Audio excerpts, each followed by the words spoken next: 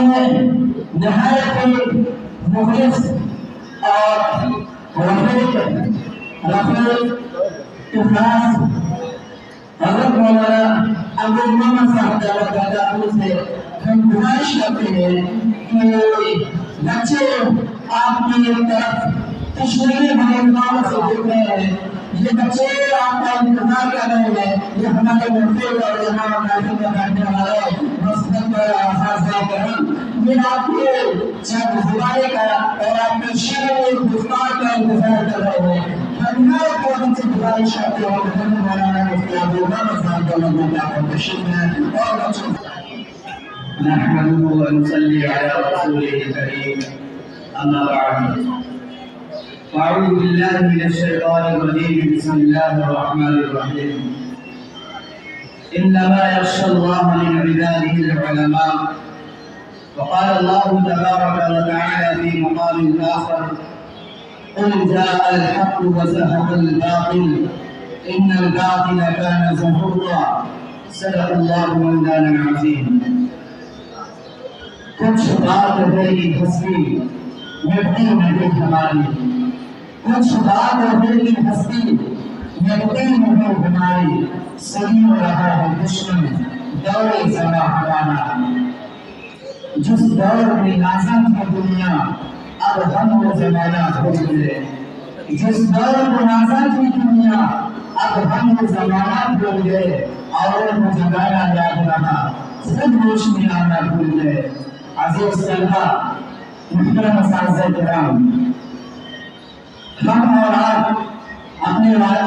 ایمان والا کہتے ہیں، مسلمان کہتے ہیں، ہم ایک زندہ دل قوم ہیں تو ہمیں ہر حالات کے لیے تیار ہونا چاہیے۔